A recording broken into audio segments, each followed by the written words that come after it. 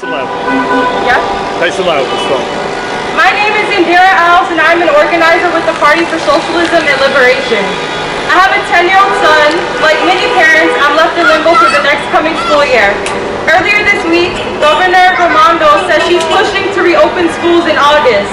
She says that she's not willing to say it's safer to keep kids at home because she doesn't know if it's true. Doesn't she know the U.S. surpassed 150,000 COVID deaths?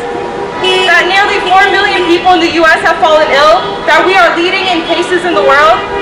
The way they are framing it is that we, the parents, want our children to go back to schools during a pandemic because we want to go back to our workplaces without any meaningful relief.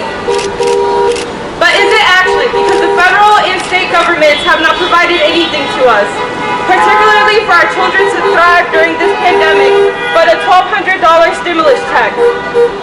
Why are parents, families, and workers across the country being forced to choose between their own health and having a job? In the richest country on the planet, a single check isn't enough to cover a month's rent or mortgage. It's not enough to ensure our children even have roofs over their heads. The government hasn't provided free and reliable Wi-Fi services, wasn't able to get laptops to every single one of its students, wasn't able to provide essential workers with proper personal protective equipment in the middle of a global pandemic.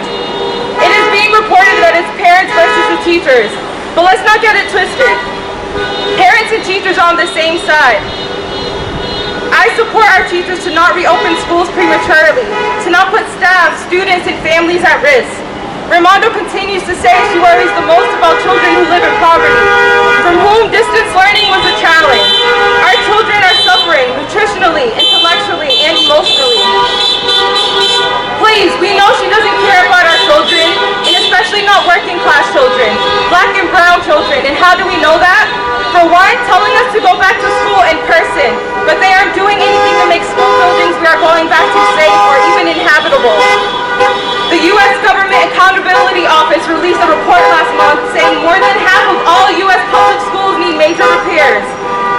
That's 36,000 buildings needing repairs to their ventilation systems. We should also be asking, why is it that more than half of U.S. public schools are in a state of disrepair? And if we look more closely in our segregated school systems, it is the schools that serve working class students, black and brown students, that are in the worst shape. They say they don't have money to fix the school buildings, but they have the money to bail out corporations. They had money to fund astronomical police budgets. So what are we seeing is a systemic continued disinvestment in austerity policies that have been going on for years, now coming to head in the midst of this crisis. How can Raimondo say she cares about the well-being of our children but is putting our families at risk who do not even have access to free health care? We need to call out Raimondo and the state's lack of responsibility during this pandemic. If they really cared about us, they wouldn't be forcing people back into school to work. If they really cared about working class people, they would be listening to us. It is even more apparent in this so-called home of the free, land of the brave. It doesn't care for working class population compared to other countries. Socialist countries are leading in fighting the virus. In Cuba, 13 of the 15 provinces do not have a case of COVID. In Cuba's population of 11.2 million, there have been only 87 people who have died. Cuba's healthcare system didn't collapse like it did here. In fact, they sent doctors to Italy, Togo, Guinea-Bissau, Cabo Verde, Pakistan, and more. It is Cuba's socialist government that guarantees people's right to a home and free universal health care. That should be an example that we are looking at. How is it that the richest, freest country in the world can't do that for us? Vietnam has not had a single death due to COVID. Why? Because instead of telling people for 3 months to stay at home and to survive on their own, they delivered groceries to their people. They made sure people had the means to quarantine. How many months has it been here? 4 months in the so-called technology advanced United States, we don't know more than we did 3 months ago. We have more than 50 million people unemployed.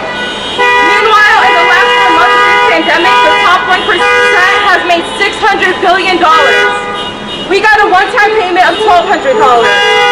Meanwhile, 30% of homeowners missed their June housing payments, and at least 20 million tenants couldn't even pay their rent. Did you make $600 billion in the last 3 months? So what are we going to do? We need to continue to turn on the streets, continue to support our teachers. Mobilize and organize to demand to keep students, school workers, and our entire community safe. If you aren't in an organization, join one. The capitalists don't outnumber us. They just out-organize us. So what do we need to do? We need to continue to organize, continue to build revolutionary moments that's powerful enough to take down this whole rotten system and build a new one. A socialist system based on the people's needs. Because when we fight, we win.